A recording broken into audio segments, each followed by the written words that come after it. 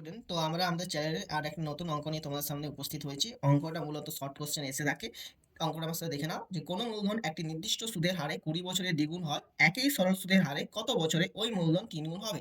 এক্ষেত্রে আমি কি করব, যে ধরি মূলধন 100 টাকা, সময়টা বলা আছে 20 বছর, আমার বলেছি যেহেতু দ্বিগুণ, অর্থাৎ আসলের দ্বিগুণ কত হবে, 100 দ্বিগুণ 200 টাকা। তাহলে এখান থেকে আমি সরল সুদ বার করতে পারি 100 টাকা।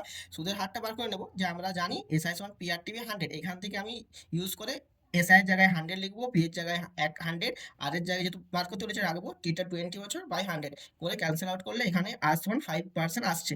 ঠিক সেম ওয়েতে এখানে দেখবো যে ওই মূলধন 3 গুণ হবে। তাহলে মূলধন যদি 100 টাকা হয়, সুদ আসলে নিশ্চয়ই 300 টাকা হবে। তাহলে সরল সূত্র কত, 300 মাইনাস 100 অর্থাৎ 200 টাকা। সময়টা জানতে চেয়েছে, তাহলে আমরা সূত্র ইউজ করবো কি, যে এসআই সমান পি আর টি বাই 100।